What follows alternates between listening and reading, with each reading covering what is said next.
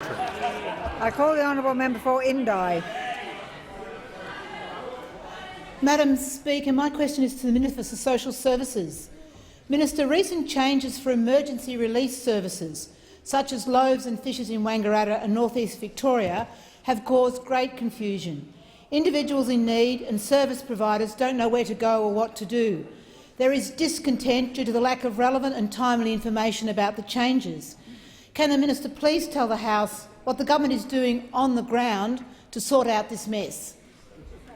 I call the honourable Minister for Social Services. Well, thank you, Madam Speaker, and I thank the member for her question. And the member would know that there was a very extensive DSS grants round at the end of last year, which was the most significant competitive round of grants for services relating to emergency relief.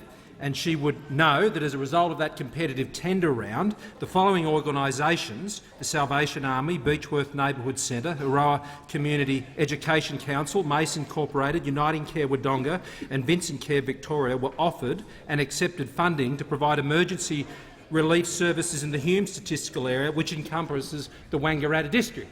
The issue here is that the services are being provided, and there's been a continuity of services provided throughout this entire period.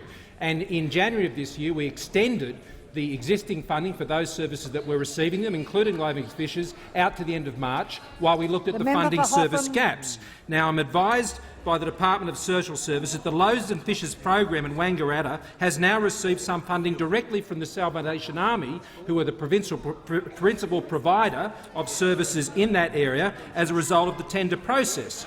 And in addition to the Loaves and Fishes services at Oven Street in Wangaratta, I understand the Salvation Army is also present in Garnet Avenue, Wangaratta, as well as in Wodonga, Beechworth, Benalla, Broadford and Seymour. Am I also aware of a media report around the provision of services to the towns of Myrtleford, Bright and Mount Beauty, and I'm advised by the Department the Salvation Army currently provides service for these towns through their Beechworth Centre.